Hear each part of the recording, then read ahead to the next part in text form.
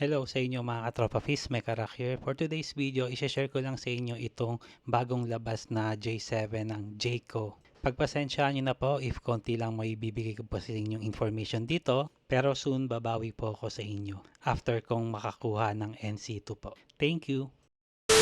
Hello, I'm Charlize Confessor po and agent here at Omoda J. Capacity. Bago ka lang dito? Yes po, around 2 weeks ago po ako nag-start. So nadagdagan na naman yung mga ganda dito sa Jayco, no? So as of now, meron po kaming 4 colors ng J7. Ito yung Moonlight Silver, and then Olive Gray, tapos itong Black, and then meron pa po kaming white na naka-display sa Ayala Film. So napaka-spacious po ng likod nitong J7, so bubuksan po natin. Tumataas. Nag-lift siya. So, yan. So, And ano then, yung ayan. pwedeng malalagay dito? Ito may charger, Charger, tire sealant. tire sealant, tapos the rest pwede na nilang malagyan, no? Malagyan, yes po. Ng mga tools, no? Pwede pa itong mahiga ba? O pwede pang matupi? Ganyan. Sige. Yan. Huwag mo na Or yan. pakita Okay na yan, okay na yan. So guys, dito sa likod, kunwari, maglilipat bahay kayo, magta-travel or picnic. So ito, kung kayong dalawang magjowa, pwede nyo ilagay dito. Tapos ito, ihiga nyo na lang ito. Lahat ng mga kailangan ninyo pag pumunta kayo sa mga camping, ay ilalagay niyo. Rack ready na siya. Kumbaga, pag may ilalagay kayo dito na pang-ibabaw, pwede na rin.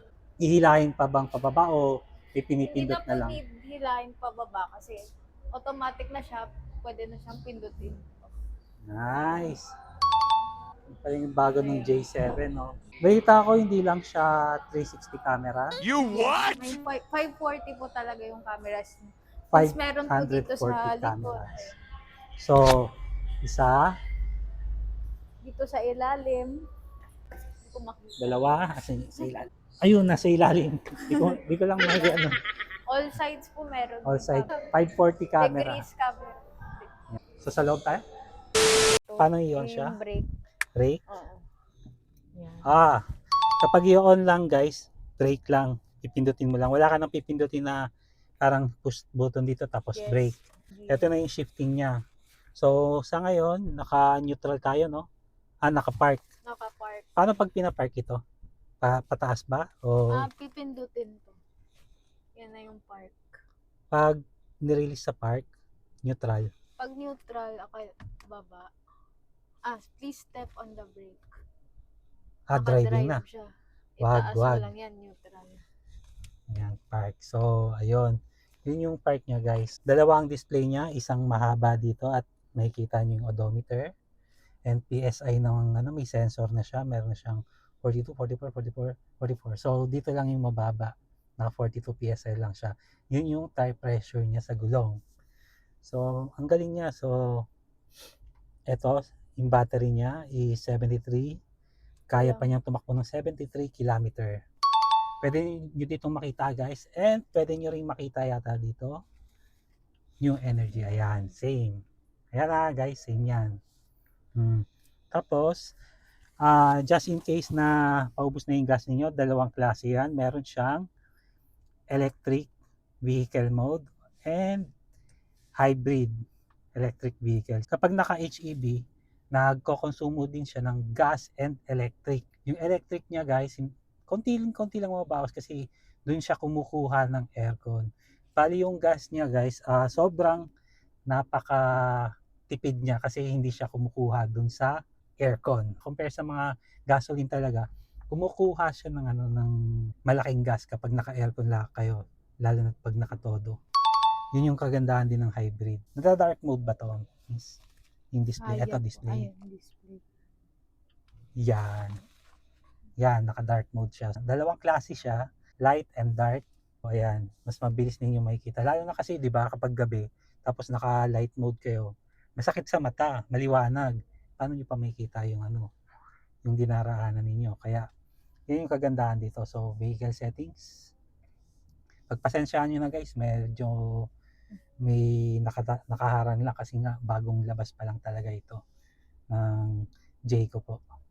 Wiper sensitivity, so may low, Ito may po yung normal. sensor ng wiper.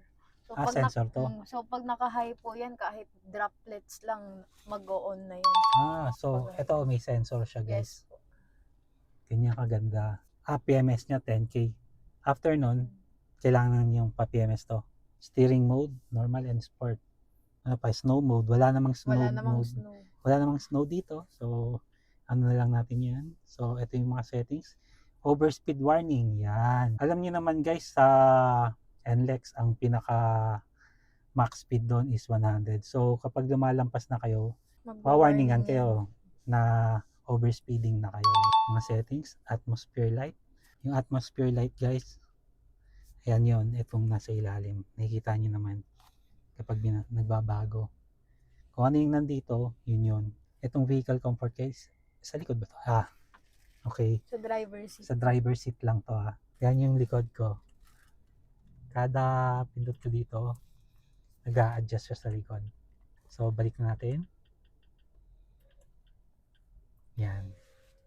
Dahan-dahan siyang electric talaga. As in technology na talaga siya. 'Di ba sa mga kotse guys, kailangan niyo pang pindutin dito para pumitik pabalik sa inyo. Dito Sa lahat. screen. Nandito na sa screen. Voice, display. Kung napanood nyo guys yung full review ko ng EJ6, konti lang na may nadagdag dito. Mas maganda balikan nyo yung EJ6 ko. At least may idea na kayo kung ano yung kagandahan nitong J7. Ang nadagdag dito is humaba yung likuran nyo, spacious, marami nang may lalagay. Andyan na lahat. EJ6, mataas siya. The rest guys, kung gusto nyong tanungin ito, click nyo lang yung link sa baba at hanapin nyo na lang si Miss Cha. Ito po si Miss Cha. Yan, again. So, kung may inquiries po kayo, ma'am, sir, pwede niyo po ako i-contact sa link po sa baba, sa description. So, hanggang dito na lang kami ni Ma'am Cha. So, see you na yung next vlog. Sige, bye Miss Cha. Bye po.